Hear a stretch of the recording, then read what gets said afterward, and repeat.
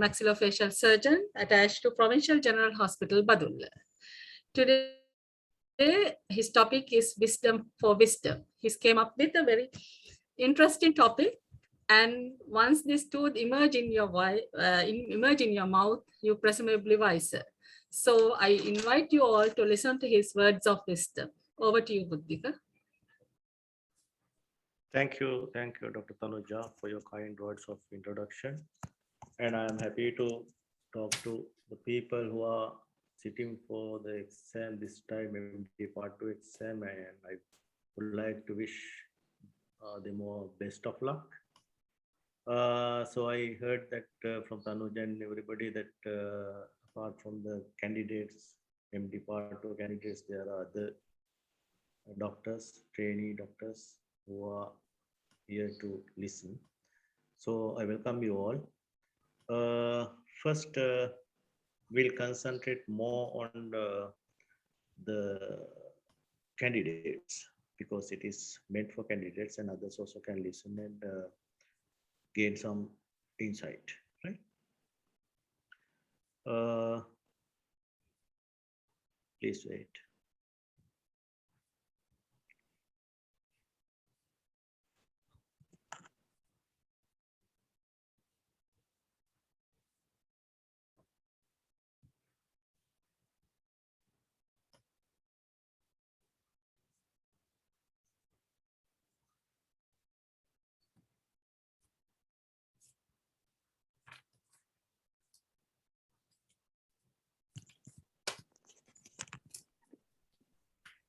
Can you all see?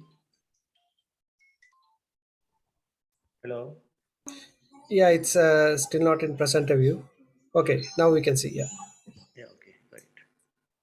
So it is wisdom for wisdom. We all know that wisdom tooth removal, which is the most frequently performed oral surgical procedure by oral maxillofacial surgeons, as well as oral surgeons and oral surgeons, basically.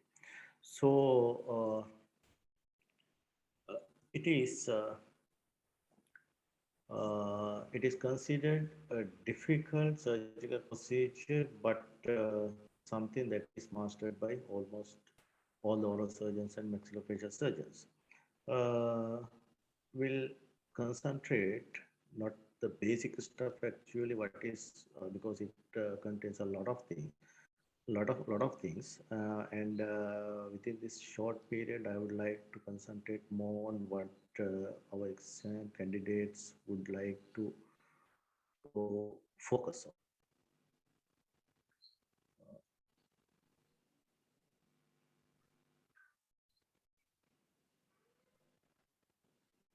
So according to what is the definition of impacted tooth? It is impacted tooth. According to WHO, it is an impacted tooth that is any tooth that is prevented from reaching its normal position in the mouth by tissue, bone, or another tooth. And there are some other classifications by Archer and according to Anderson, there are some. And Derbeck also has given a, sorry. So, so there's no any solid classification that is given, but it is and a collection of ideas which that we have to understand. Like impacted tooth is a tooth, according to the Anderson, that has not come into the mouth in the functional position, and there's something that is obstructing or preventing it is from coming to the it is normal position by the time that it should reach the mouth. So theories, there are several theories presented, like orthodontic theory. So according to the jaw development, how it happens, it, the direction of the jaw growth and the direction of the tooth development are not in parallel. So that is why it is getting impacted. That is what this theory says. So phylogenetic theory, it is very famous thing according to the evolution. The unused organs are not allowed to exist by the nature. So other Mendelian theory, hereditary, because the jaw size and all the proportions, body structure and everything is inherited. So I think all can hear. Tanuja, can you hear? Yeah, if you can increase the voice, it would be better, I think. Yeah. Better, right. Yes. So according to the Mendelian theory, that is hereditary. Hereditary means it comes from generation to generation, jaw size, etc. And the jaw is uh, small and the teeth is larger. Pathological theory and endocrinal theory is also there. Various theories are there, but none is proven to be the accepted one. So what are the anyhow this tooth has got impacted, and there are theories that people have presented why it has got impacted. So, and we are removing it. So what are the indications for removal of impacted third molar? One thing is pericoronitis. Pericoronitis, it could be prevention of pericoronitis. So as a treatment for pericoronitis, we all have seen people coming with pericoronitis, and we have treated them, and prevent it from occurring, we can take it out, or as a treatment modality, after pericoronitis healed, we can take it out. Manage of unexplained pain. That is, in our practice, we have come across such people who are complaining of jaw pain, especially lower angle of the mouth area pain that is extending to some other areas, but there we can't find any reason, but there are infected teeth that are pressing against the second molar, or it could be compressing the ID nerve. The taking it out is going to relieve the pain. Prevention of caries. You all know that the third molar as well as the second molar also can get caries. Root resorption of adjacent tissues because of the pressure. Orthodontic considerations. It could be either orthognathic or uh, orthodontic means. Teeth under dental prosthesis, crowding of mandibular incisors, prevention of jaw fracture, especially in the vertically impacted teeth, because it occupies the large space of bone, which may make it fragile to get fractures. Obstruction of orthodontic treatment, systemic health considerations, prevention of odontogenic cyst and tumors, economic considerations, periodontal Excuse me, diseases. can you share the screen, please? I'm sharing the screen right No, now. can't see. Okay.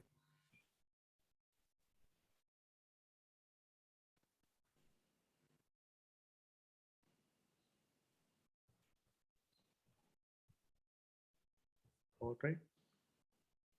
No.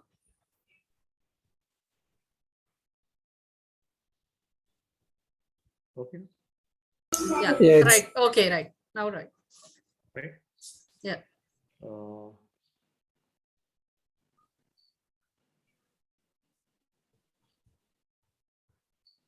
now. Yes. Okay, perfect. Right. Uh, so facial, when we going to do a impacted molar removal, there are factors that we need to consider, that which could make it our procedure difficult. So one thing is patient regarding factors. Obesity, we all know the obesity. Why obesity is making it difficult? Sitting on the dental chair could be, right? Could be problematic for the patient as well as for the operator. And bulky cheek or chubby cheek, which will obstruct our view, and dense bone, people who are muscular with big dense bones are making it difficult. Large tongue, we are not having adequate space, dilacerated grooves, angled bones, strong cryptex, position of inferior alveolar canal, where it is positioned against the apices of the third molar. Advanced stage, it makes things difficult. One thing is they are having brittle bone, fractious patients who are very anxious and not helpful. Apical root of lower third molar in removing cortical bone, which are containing roots, is a difficult part because we all know that the roots are in the cancellous bony region. Atrophic mandible, we can make it very fragile.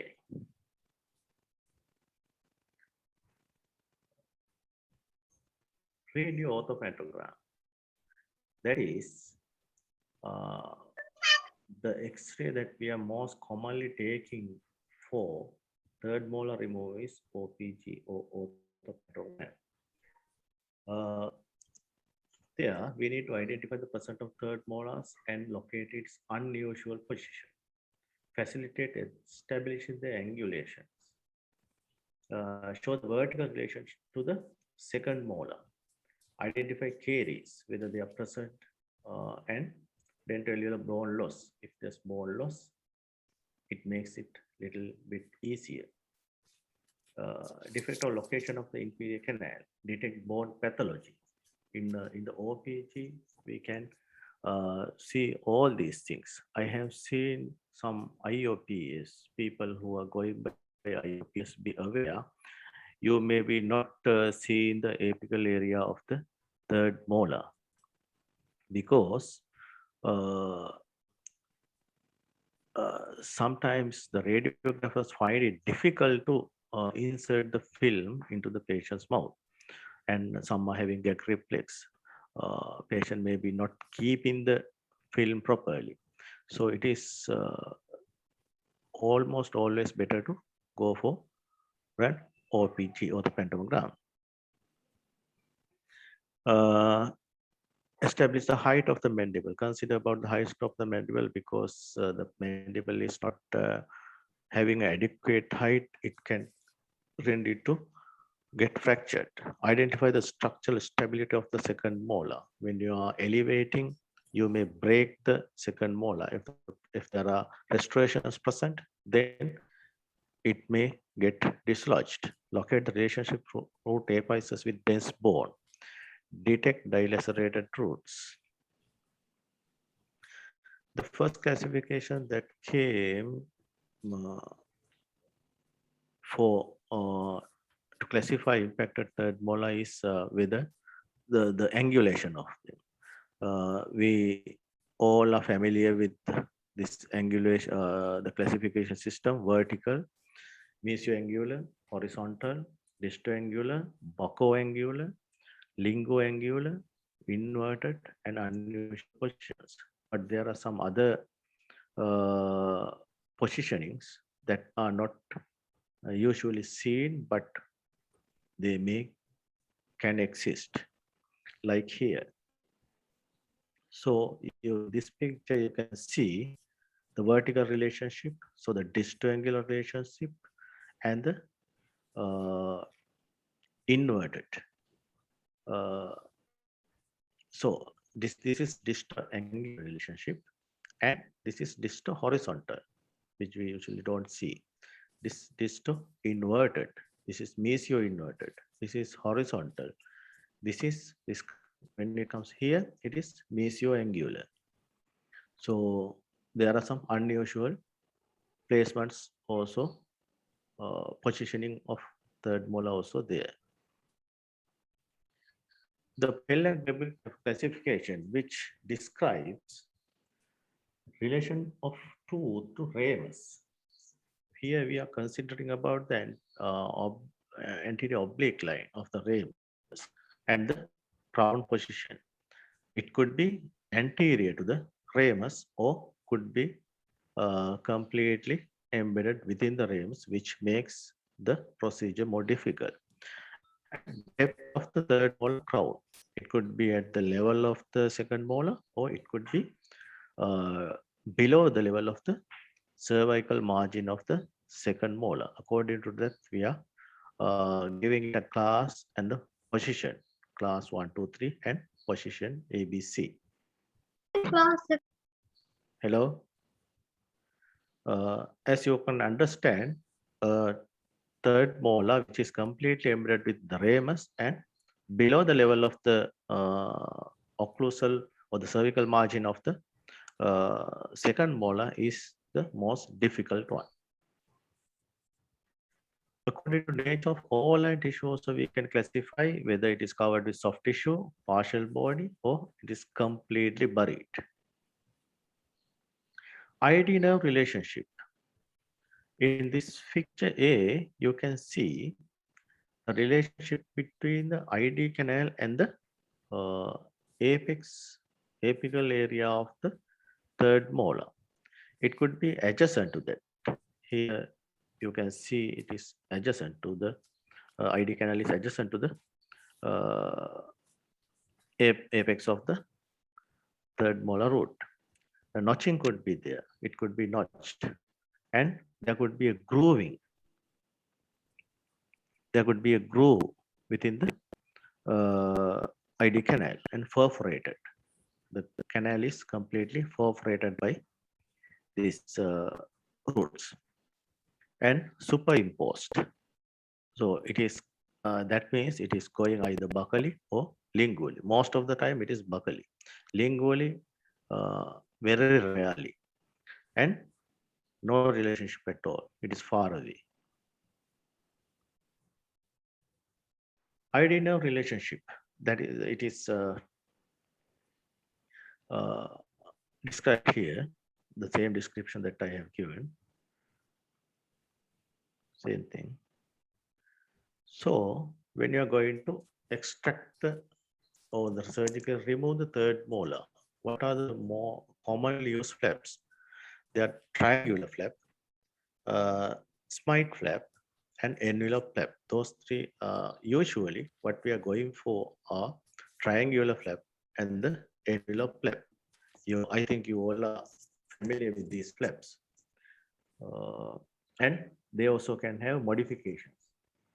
In this picture A, you can see that we are making a vertical incision and the backward cut is there. And the modification is this one. So we are allowing it of a attached gingiva left and making the vertical cut. In this Smythe flap, we are trying to preserve here, preserve the attached gingiva that is attached to the second molar. So when we are making the incision to take the third molar out, we need to concentrate on the periodontal head of the second molar. That is very important. Most of the people think only about the posterior aspect of the second molar, and they think that of getting the periodontal attachment at the posterior surface of the third molar, but it is not so. The buccal surface of the second molar periodontal attachment also very important. So think about it when you're doing the procedure, because after you take the tooth out, the third molar out, anyway it is going to heal. But the attachment of the periodontium or the attachment of the gingiva and making a nice cervical collar around the second molar is a very important thing for its health. Instruments, as you all know, we are using different instruments, but always make sure that you use number 15 blade. Never ever go to number 11 blade. And elevators, we are having various elevators. Bone file, that is important, because bone file or a Christmas burr is useful when we are trimming the what do you call the sharp edges, sharp bony edges. And when you take the periosteal elevator, make sure that it has a flat end and a pointed head, because for the initial raising of the flap at the cervical margin, you can use the pointed edge of the periosteal elevator, and after that, on the bony surface, you use the flat head. Needle hold, we should match the size of the needle. I would like to tell something about the needle that we are using here, or the needle, the suture that we are using mostly in the sense that it is better if we use a resorbable suture. Usually it is 3O Vicryl we are using, and the needle size is about 60 to 20 millimeters, and it should be half circle one. We can use round body needle even here, because it is not that much of a tough tissue to penetrate. And when you're suturing, when you are catching the lingual flap, do not catch it deeply, because you may catch the lingual nerve also.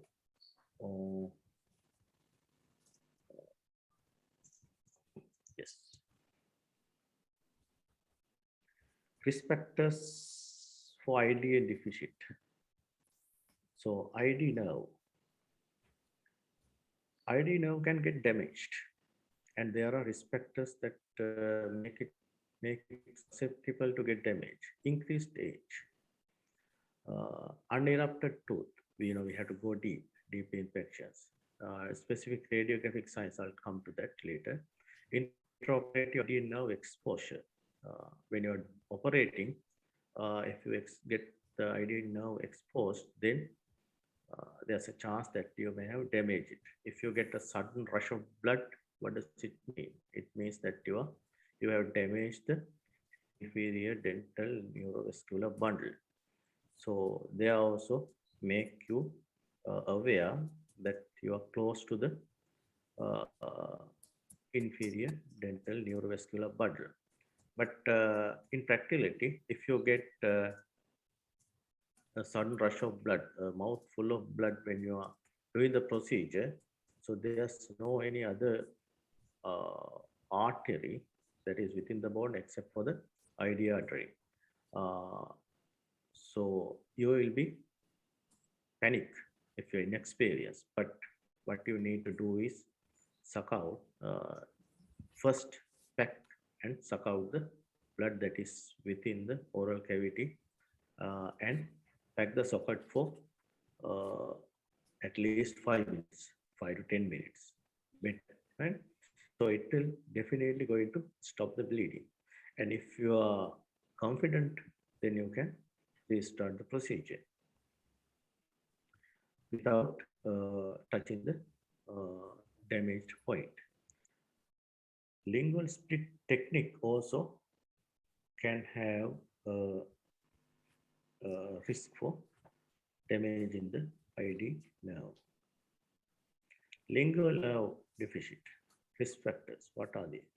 Same as increased age, unerupted tooth, distal infections. When the infection is more distally, then there's a chance, because the lingual nerve is close by.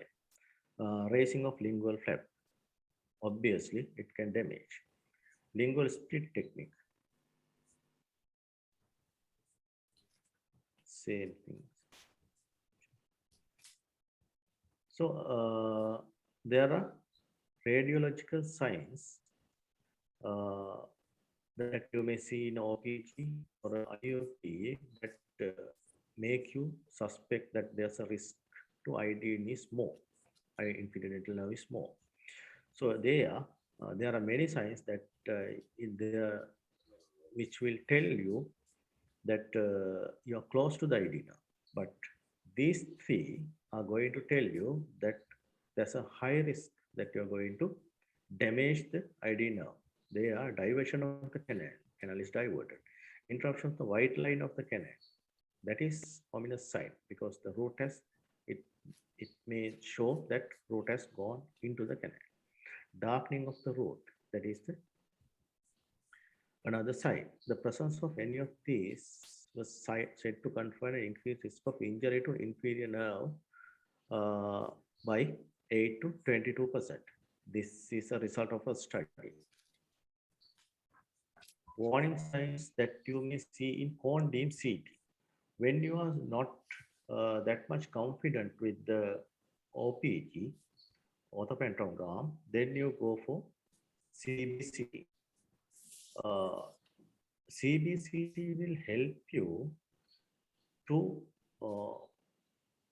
find out in the proximity. One thing is proximity, and in which way the ID nerve is going in relation to the apex of the or the roots of the third molar.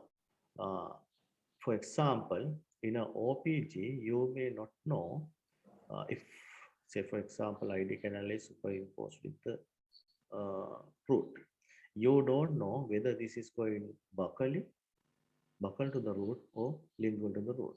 Then you can go for CBCT to find it out.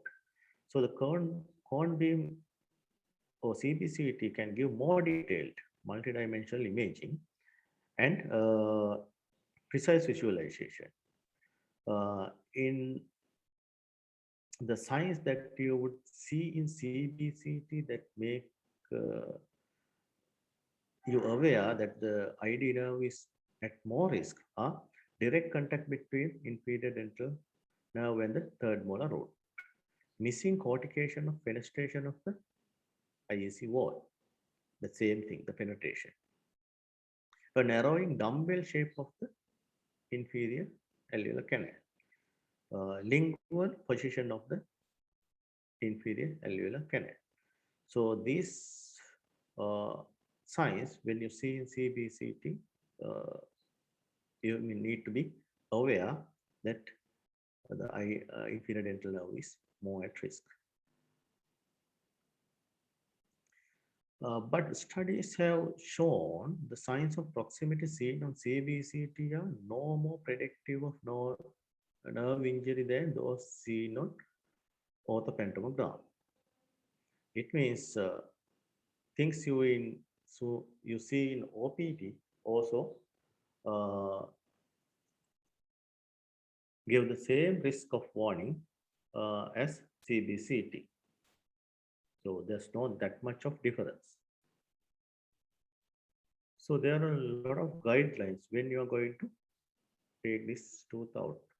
The much used, widely used guideline is the NICE guideline, that is National UK guideline, National Institute for Health and Healthcare Excellence. NICE guidelines, the two guidelines are there. So they have studied about these guidelines. There are various guidelines like Association of Oral and Maxillofacial Surgeons of USA one, and FTSR Fellow of Royal College of Surgeons guidelines, and these NICE guidelines are there. So the one that we are using mostly is NICE guidelines, and they have shown, they have studied about this, and they also have come across few shortcomings in these guidelines, and they also are going to revise. This is one example, because the average age of why they are going to revise it is the average age for the third molar extraction unit increased from 20 to 25 years before these guidelines.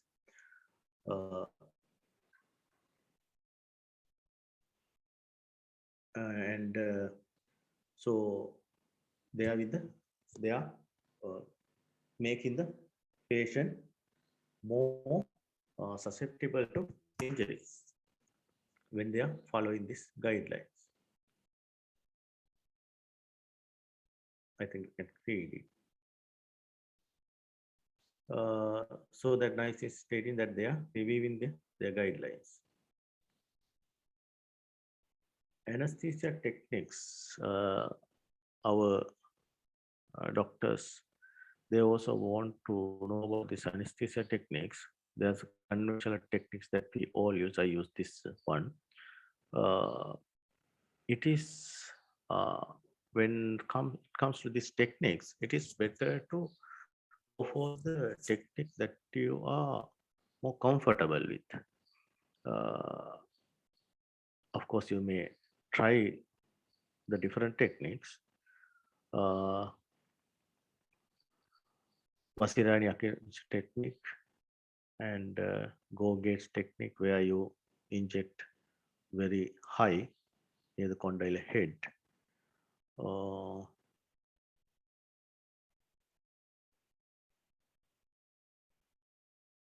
This aims to anesthetize the whole mandibular branch at its exit, near its exit. So there are several studies that they have performed to find out what's the best technique out of these three normal Gauget's and Shirani-Akin's techniques. So in their studies, they have come to a conclusion that Vasirani Akino's technique was found to be significantly better than the other two techniques, which respect both onset and success of anesthesia. So it is early onset and the obtaining of the anesthesia is the chance of obtaining anesthesia is high rather than you inject into the wrong place. And positive aspirations are slightly higher in conventional technique. That means when you are injecting, after you enter the point, you aspirate and see whether you are in the dental artery or not. So it is with this conventional technique that we are getting more, we are not injecting the inferior dental artery. So lingual nerve injury. The lingual nerve is potentially at risk at all stages of lower molar surgery, and it is related to patient surgical and tooth factors. The infections that are making the lingual nerve more susceptible to injury are lingual, distoangular, and unerupted positions, and accessory lingual. If you accessory lingual flap, or raising the lingual flap to get the things more clear. Same thing. Lingual retraction. Are we going to do lingual retraction or not? It is if the tooth, the impacted third molar is more buccally placed. If it is more near the buccal plate, actually we don't need to raise do the lingual retraction. But if it is more lingually placed, then we have to. It is safe to do the lingual flap retraction, because one thing, when you are cutting or when you are sectioning the tooth, there's a more chance that you damage the lingual nerve, because this lingual nerve is going very close to the lingual plate at the third molar site. We have seen cases where the lingual nerve is just below the periosteum, just superficial to the periosteum. So retraction of lingual tissue with subperiosteal instrument can improve the safety. No? But when they have studied it, if it is placed incorrectly or a wrong instrument is placed, there's a potential to crush or stretch or even transect the lingual nerve, or no protection at all. People are concerned about coronectomy. coronectomy is a procedure where there's a risk of damage in the ID nerve. We cut the crown and allow the root part to migrate. So what are the consequences of coronectomy if we are doing it? So 51% studies have found 51% root migration of the exposure of the tooth, that is tooth coming out, and the root migration about 2-3 millimeters can come out, or it can come away from the nerve. 14% wound adhesions could be seen, and in 12% there could be infection. Enamel retention, 10% enamel retention. Enamel retention is we are leaving part of enamel within the root part. So it can cause problem. And pulpitis, the remaining pulp. Some are proposing to take it out, but if it is left, then there could be pulpitis. So this enamel retention can act as a foreign body. Though it is a part of our body, here it acts as a foreign body and prevent healing and cause dry socket-like syndrome.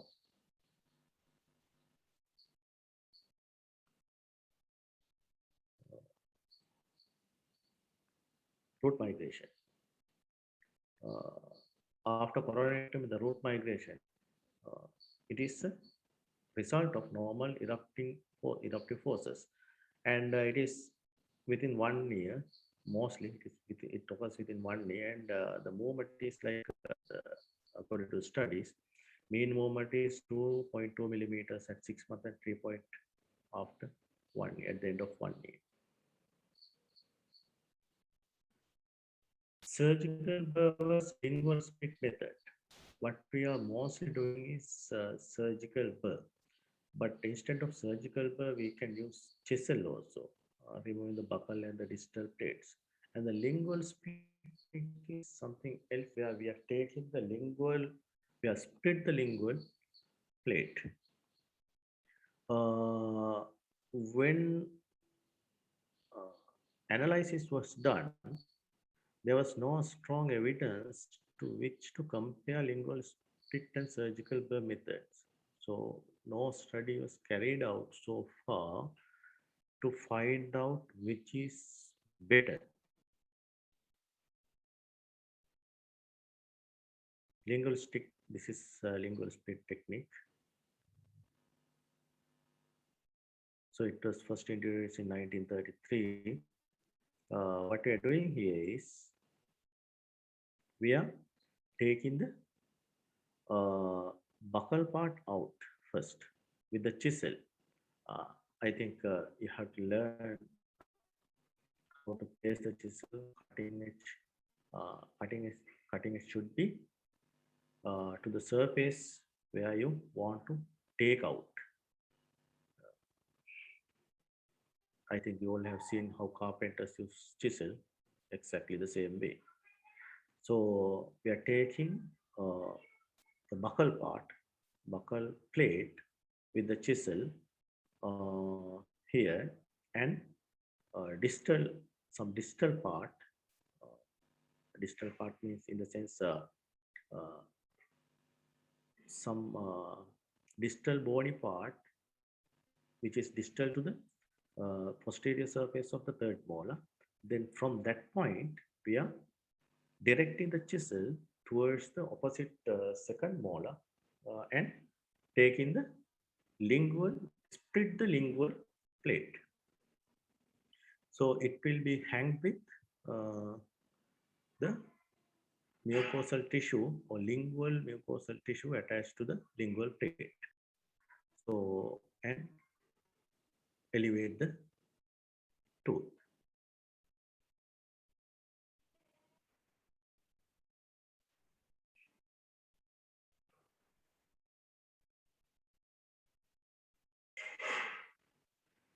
So closure of the flap, we can use triangular flap or annular flap or simple flap, but closure. Following surgical extraction, any flap access be closed primarily or left partially or fully open to heal secondarily. We all know about this primary and secondary wound healing. So in this case, what we are going to do? Uh, some meta-analysis, they have found out uh, if we allow partial closure rather than the complete closure, it will reduce the pain, swelling, and the risk of trismus uh, post-operatively. So it is overall, it is clear that hermetically sealing the socket is worse and leaving a drainage point is beneficial. So allow the, the blood and the exudate to drain, which will be more beneficial. Um,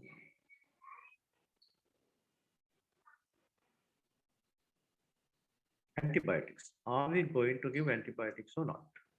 This is something that we need to tackle with a bit of intelligence, because this wound, that means the wound that we are creating by taking the third molar out, is a clean contaminated wound. There are germs, so it is not a clean wound. It's a clean contaminated one, and the evidence shows that antibiotics do reduce surgical site infections in clean contaminated wound. If it is a clean wound, no need at all. But this is a clean contaminated wound. But giving antibiotics, what are the adverse effects and uh, and problems that it can be associated? Things like cost also matters, not in our country. So we need to justify it is routine use. Usually, if a patient is healthy and the surgical site is not, if there's no infection, like it could be caries, gross caries, uh, gross caries, or uh, all-round periodontal disease, very poor oral hygiene, or we can think of periapical infection. Could be either the second molar or third molar, or if there's a lot of tissue trauma, then we can, or patient is immunocompromised, then we can think of giving antibiotics.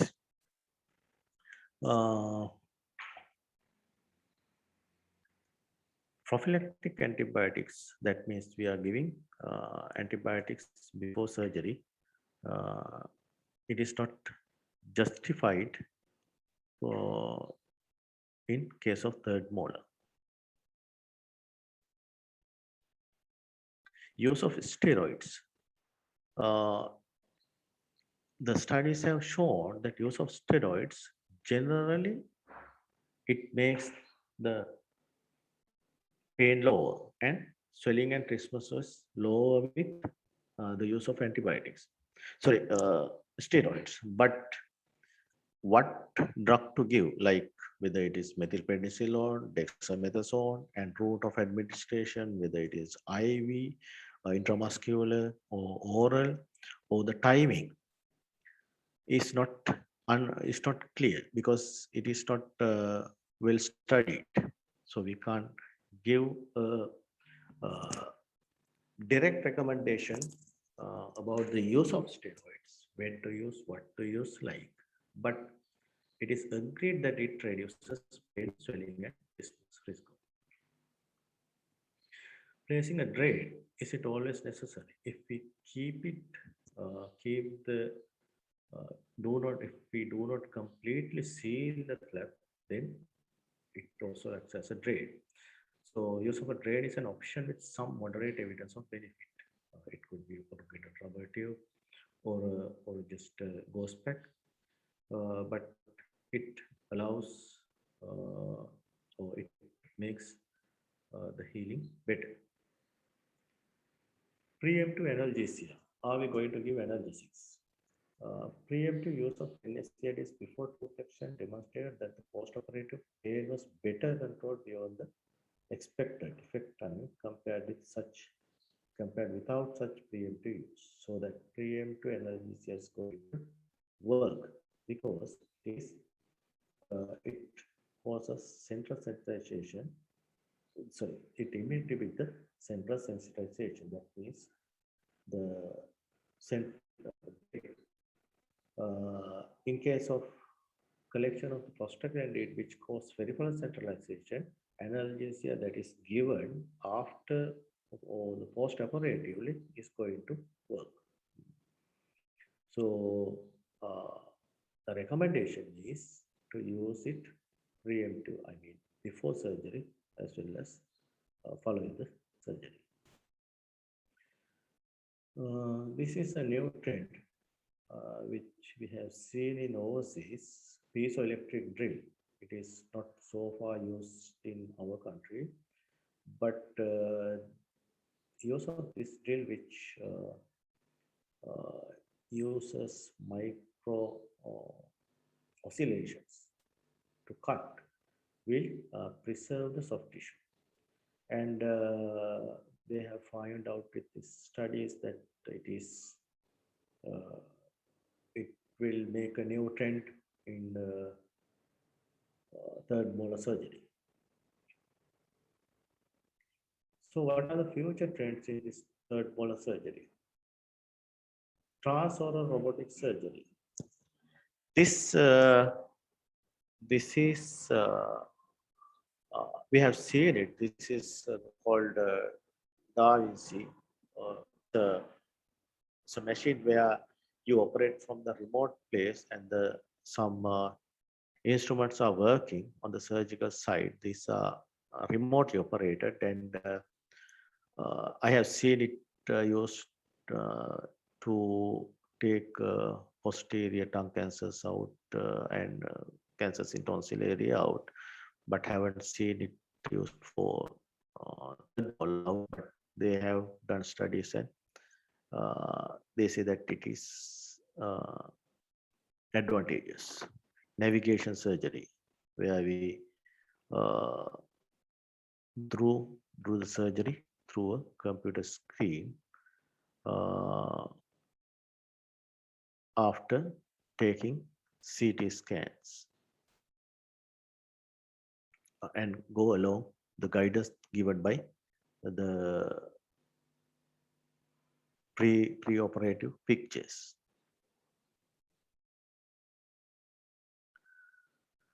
So overall, cystic tumors that are associated with third molar, so they have found out with studies that odontogenic cystic tumors with infected third molar are like 5.3%, and most are like radiculocyst, dangerous cyst, OKC, and ameoblastomas.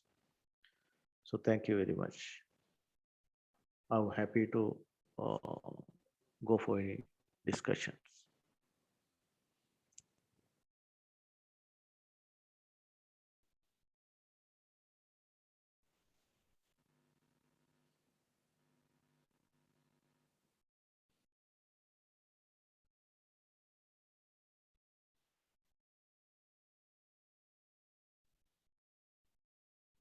Tamiya?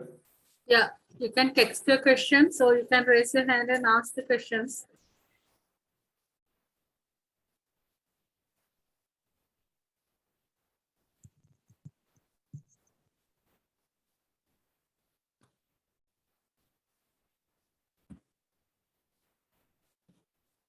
There's a one question. Please give a count on post-operative instruction following third molar surgery. Post-operative instructions. What I'm going to tell. After a normal tooth extraction, what are you going to say?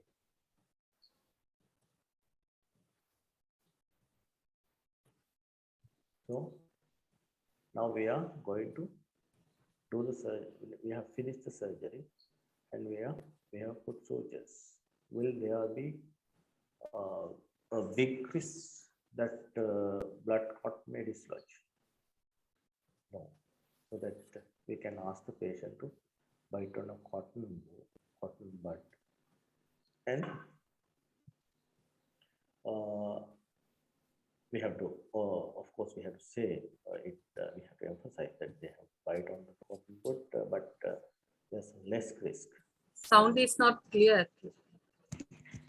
There's a less risk that the wound is, so the blood clots may get dislodged like in extracting other tooth. And we have removed bone. So, and more tissue injuries there, so that there could be swelling. We have to, swelling usually starts the following day and it increases. After 2 days, it begins to settle down, so that we have to tell them about that. Taking antibiotics if we have prescribed, and not to gargle, not to do anything, not to take any hot foods, not to put anything inside, and not to try to check the wound, leave the sutures in situ. And if we are going to use non-absorbable sutures, there we have to ask them to come and get sutures removed. Putting ice packs will help reducing swelling. And about the nerve injuries, if we are confident that we haven't damaged the nerve, so that is fine. If there's suspicion, we need to tell the patient to come back, and there are some drugs that we can use, like vitamin B complex containing drugs like Neurobride. We can prescribe if there's any chance of neuroplexia. What else? Post-operative instructions. There's another question. Any local indications for third molar surgery under GA? Local indication. Hello? Yeah, can you hear that? Any local indications for third molar surgery under GA? Local indications. What is Yes. it? If they are very deep, patient is not that much cooperative. Actually, it's a collective decision, because in one patient who may be having a deep infection and who can open mouth widely and cooperative, and say for example young with elastic bone, then we can go for that, even under local anesthesia. But the same tooth who's not a cooperative patient who's very anxious and having a brittle bone at old age, so we may go for GA. So we can't say a clear-cut indication. Actually, it is like a spectrum. Say for example, if it is a very deep buried tooth that is near the lower border of the mandible and placed horizontally or clearly vertically or distally impacted, then whether patient is very much in favor of local surgery, we may have to go for GA, because it is difficult case, but a very easy tooth to come out, say for example, mesoangular one, who's in a very anxious patient, it is difficult, isn't it? And if you are not happy with the assistance, not assistance actually. If you are not happy with the I mean, if you're not confident of taking it in local, I mean under local, then you may better try it under G. I can't really say clear cut indication like. That's another question. How do we stop the post of complications such as swelling and trismus? How is that swelling and trismus be managed? Swelling and trismus is the inflammation that causes it, isn't it? So we need to prevent inflammation. How can we do it? We have to be meticulous in our delicately we need to do it.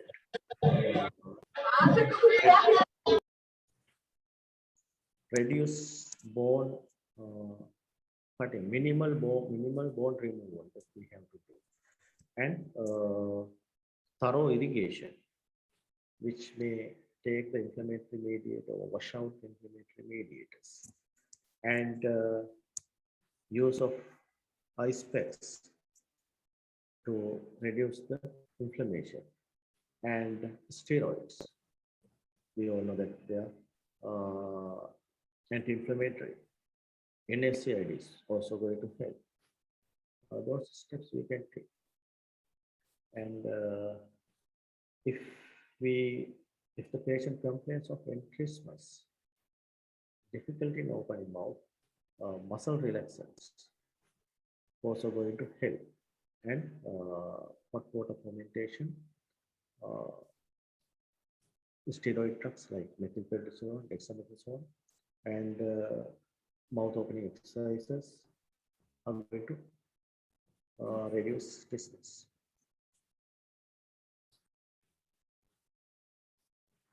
Shall I go to the next question? Yeah. Can I go to the next question? What are the indications for surgical removal of third molar under GA? That is the same thing that it was.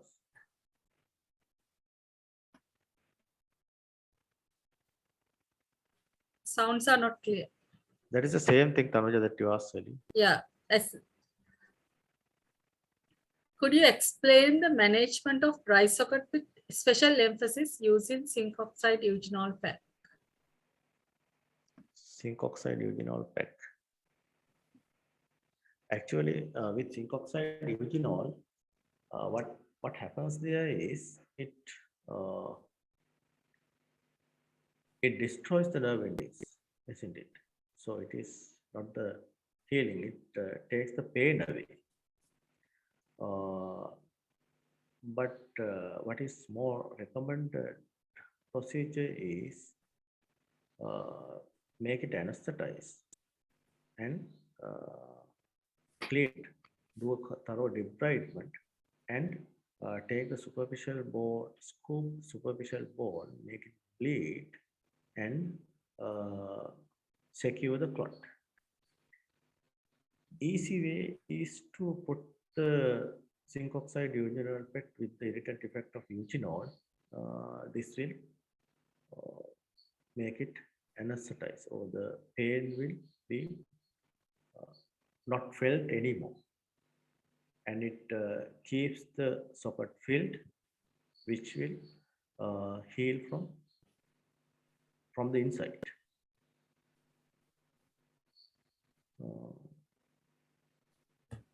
So keeping a zinc oxide eugenol pack within the socket is not that much advisable, but most of people are doing it. So it is better to clean and close the wound, make the clot, allow the clot to form and seal. I mean, at least preserve the clot. Can I go to the next question? Yeah. Yeah. How are you going to manage the lower lip paresthesia after impacted lower third molar removal?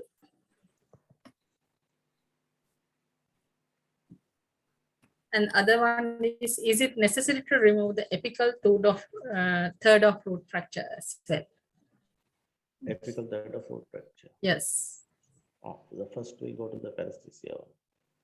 So if you are really confident that you haven't damaged nerve, one thing, if you're suspicious, one thing you can do is take an OPG afterwards. Allow it to settle a bit and take an OPG. If you can see clearly the cortical lines well in the OPG, then there can't be any damage. It could be a compression. When you are trying to elevate the root, it can compress and exert some pressure, causing neuropraxia.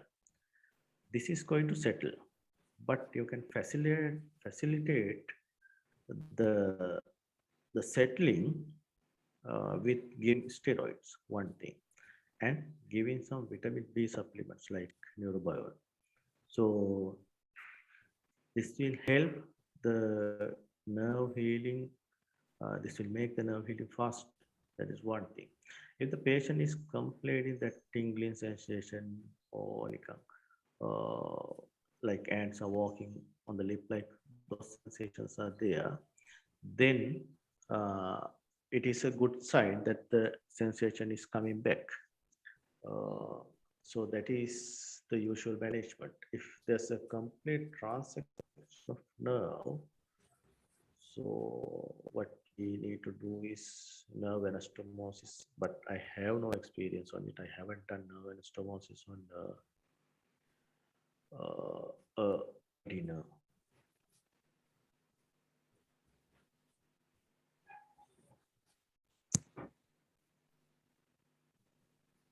That's another question, little bit long question. We are advised not to damage interdental papilla in between 7 and 8 in case of removal of a vertically and partially erupt 8.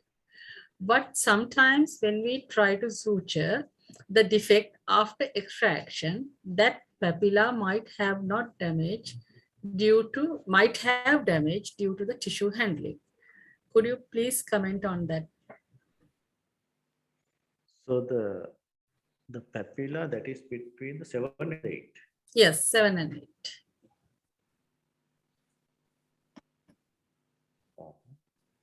Or the papilla itself has damage. Yes, but sometimes when you try to suture, that it might have got damage due to the tissue handling. Okay, if it is damaged, what we can do? You have to close later. Better to preserve it, but keeping a papilla, where you are going to suture the papilla. Better if there's no soft tissue damage, that is the best thing. But the soft tissue damage can happen. Always try to avoid it.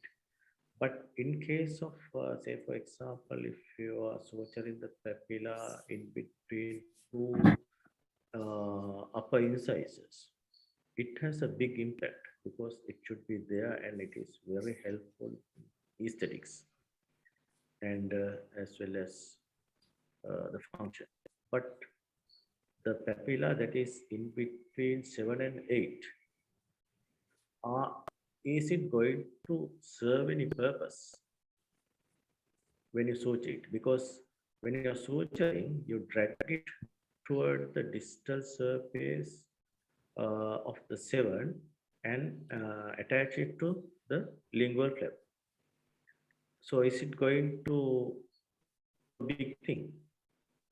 I think no. Of course, if it is damaged, then also you have to suture. Okay. Better to preserve it.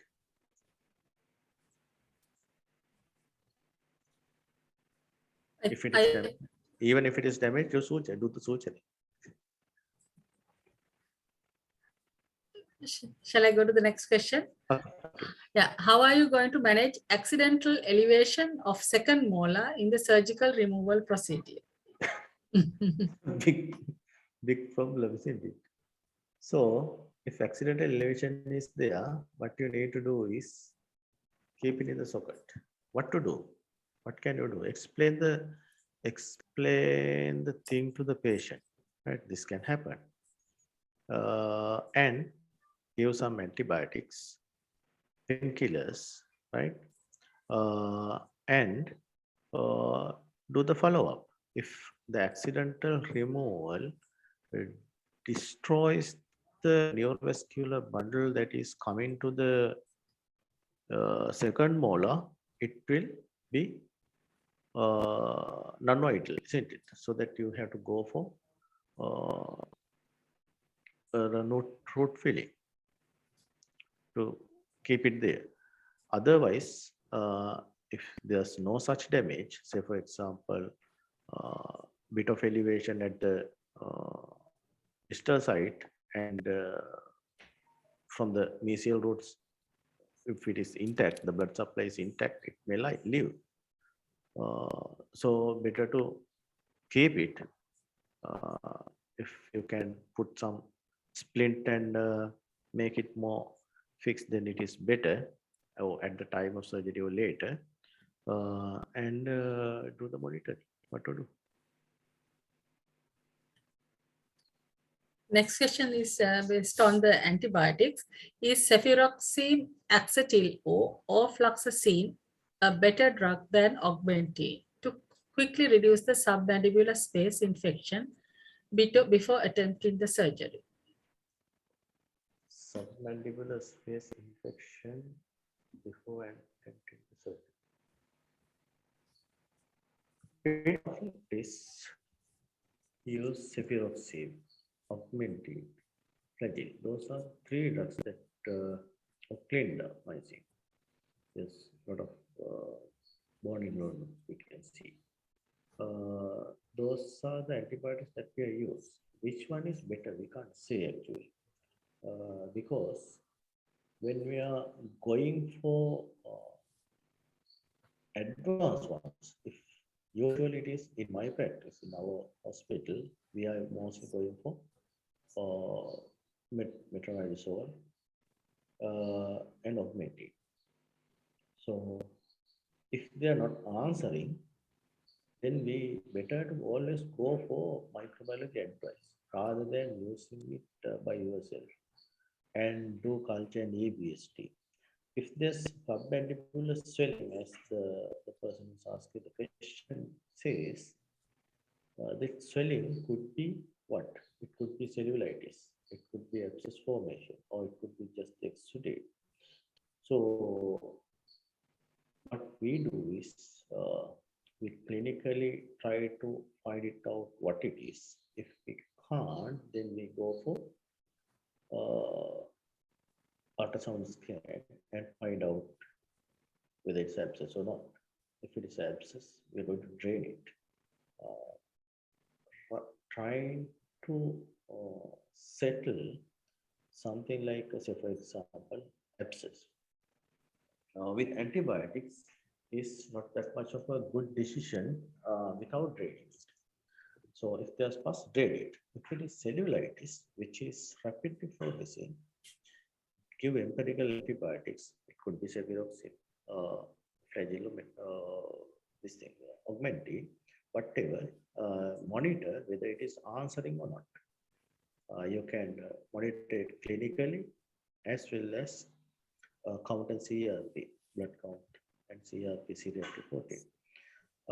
If it is not answering, then you have to go for other things, and you have to do tests like culture and ABST and find out what are the antibiotics that are answering. That is how we manage. It is not simple as whether what antibiotics you use to reduce the swelling of submandibular area before taking the tooth out. And the swelling could be cellulitis, which is rapidly progressing. If the swelling is rapidly progressing, and if it is not the abscess formation, there's no fluid collection, then it is an ominous sign which can go into respiratory obstruction, lead to respiratory obstruction. In that instance, I do give some sort of steroids because it reduces the inflammation, because this preserving the ARV is more important than controlling the infection. At the same time, we are controlling the infection, but reducing the swelling, rapidly progressing swelling is, or the cellulitis is more important in that case. Our last question is interesting question. How do you manage a tooth lost in soft tissue if it is hardly grasped? Hardly Grasp, grasped. yes. So we'll think about the commonest scenario, or we'll go for the most favorable scenario to the most unfavorable one. It's like, so you have lost tooth. It is not only the tooth, could be a root piece, right? Which is lost into the buccal tissues, buccal space. So buccal tissue area. You can easily control the bleeding, pack it, control the bleeding, and do thorough irrigation and try to find it out. That is one thing. And if it is going into submesenteric area, bit difficult, but it won't go that much far because the masseter muscle is attached very well there. So then also good retraction will make you able to find it out. So, or else it can be lost into pterygoid space area, which is bit of a difficulty. And when you try to raise the or the cut, make a cut on the soft tissue or along the external object and try to find it out, you may push it. If then what you need to do is you have to press from the behind and try to palpate it, or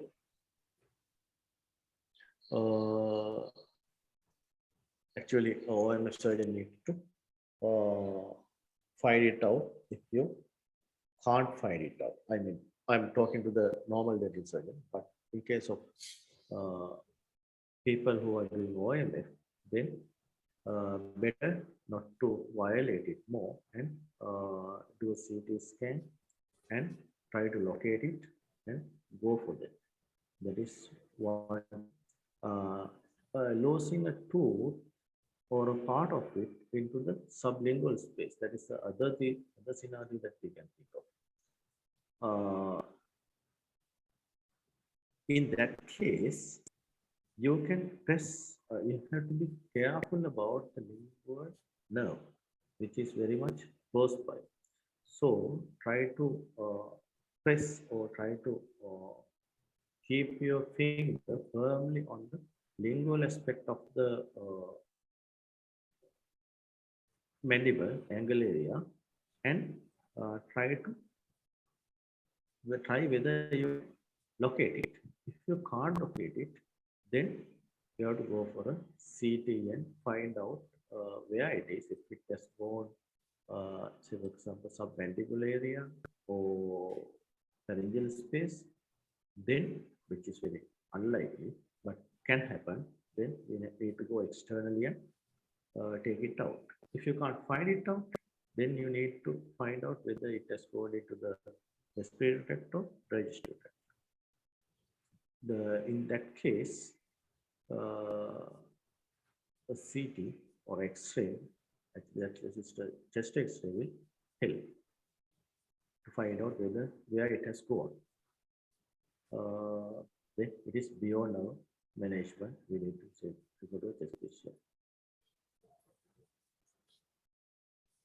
there's one more question. Any special surgical consideration for a 100-degree horizontal impacted third molar? 100-degree horizontal, 100-degree. Yes. 100-degree to which side? 180 degrees. Yeah, I also thought that. Yeah, 100. 100%. 100%. 100% horizontal third molar. Yeah. It should be like that. Sure. Yes, 100%. Okay, I'll answer that question, and I want to say some things that some mistakes our candidates are doing, and which they want to avoid in the exam. Okay? So in this case, 100% horizontal, 100% horizontal third molar. Now we'll, in this case, for our ease, we'll think that crown is towards the second molar, isn't it? Roots are towards rams. So special considerations.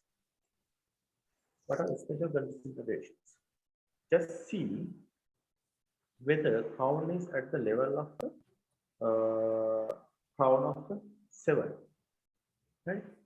Then it will make it, if the both crowns are at the same occlusal level, then it will be bit easier if you are going the raising the flap, taking the bone out, those are same, right? So if I'm talking about the occlusal level of the counts of the 7 and the 8, if it will be at the same level, then it will be easier to take the crown part out, but still may get obstructed. Then what you need to do is, you are not when you are use a little bit bigger crown burr and cut the crown, separate the crown and cervical margin, which will give you a bit of a space to retract it posterior and take it out one. Right? Then you address the root separately by removing some superficial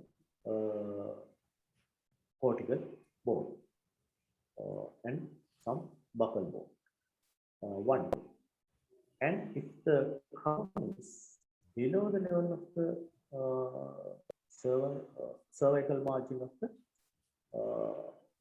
7, that is completely horizontal, 100% horizontal, then definitely you will have to transit it at the cervical margin, as well as you need to section the crown vertically along the longitudinal distance to facilitate to take the crown out. And other thing is, even if you even if you are sure that it will come out with elevation, check where the ID nerve is. If it is very close to the, at least close to the ID canal, roots are close to the ID canal, then when we are elevating from the crown area, it will rotate as a lever and it will compress the ID canal and damage the ID nerve. So I think with that you may need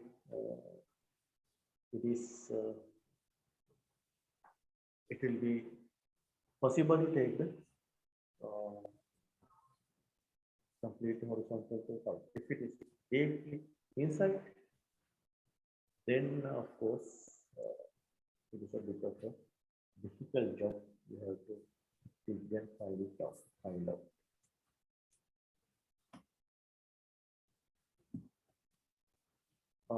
If it is very close to the lower part of the mandible, then it is always, complete horizontal and very close to the lower part of the mandible. Then better to approach it externally.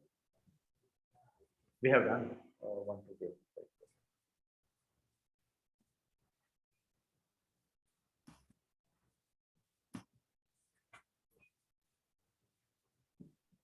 Right, this one. So, Tanuja, I know this. Can you hear? Yeah, I can hear. Yeah. Yeah, so this is some of the mistakes that are done by our candidates when they are performing the third bolar surgery practical at MD Part 2. So you be careful about the injection site. Be precise about, I'm telling you which. Be careful which side you are going to operate. That is one most important thing. Do not try to extract the opposite side tooth, right? And flap. What flap to use? They are not worried as long as you can justify your use, your flap, right? Uh, just think about what flap you are going to use if it is partially erupted, if a bit of a crown is on the surface, visible. If it is the whole of the crown, the horizontal whole of the crown is visible. If it is completely buried, what you're going to use, right? And when you, after you inject, check whether patient has obtained anesthesia or not. And it should be asked, uh, asked and checked, right? Don't check before asking by pricking with the probe. Right? And some foreign examiners are keen whether are telling to use telling only to give the ID block first, and after it is ID anesthesia is obtained, after that only to give the buccal one. The patient could be very much precise on telling you. And they are concerned whether your flap is adequate or not. Some of the candidates are not raising an adequate flap which expose give enough exposure. And when you are making the incision, make sure that your incision line is away from the wound. And removing the bone, take only the adequate bone. And sectioning. Some of the candidates, what they're doing is, when they are placing the burr for sectioning, they are directing it posteriorly. So, so you are starting the sectioning of the crown at the cervical margin, and when you are going to the lingual side, you end up at the apex of the tooth. So be careful about the direction of your burr. So it should be more or less equal, that you are taking only the crown out. Superficially, it should be wider, and when you are going down, it should be narrower, which makes it easier to take the crown part out. And make sure how much deep you are pushing the burr in. Always be aware or conscious about the width of the crown. At the initial stage, when you get the tooth fully exposed, you can have a rough measurement how wide is the crown. So be sure that you are not pushing your burr beyond that level of the length of the crown width. Otherwise, you will go and damage the lingual plate, which is a threat to the lingual nerve in the vicinity. So debridement, that is very important. After you section and take the tooth out, do a thorough debridement. You have to wash the area very well, so there's no debris remaining. And suturing, take the cervical collar well attached, right? And give post-operative instructions, and So the rate of complications like nerve damage less than 6% of the temporary nerve damage, likewise. And when you're talking to the patient, be professional, be polite, and kind. Talk, stick at the same level of the patient. So you are given 2 hours for the surgery, but even if you finish early, so there's no bonus. So be aware about that. And if surgeons, any surgery can go wrong. In an exam situation also, it also can go wrong. So, but don't panic. If when you're performing the procedure, if something goes wrong, make the patient calm and try to rectify that and be vigilant to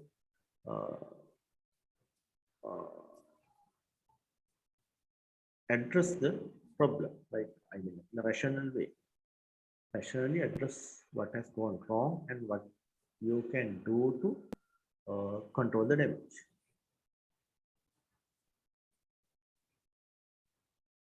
So what they want you to know is you want to penalize, but you need to handle the problem in a professional manner.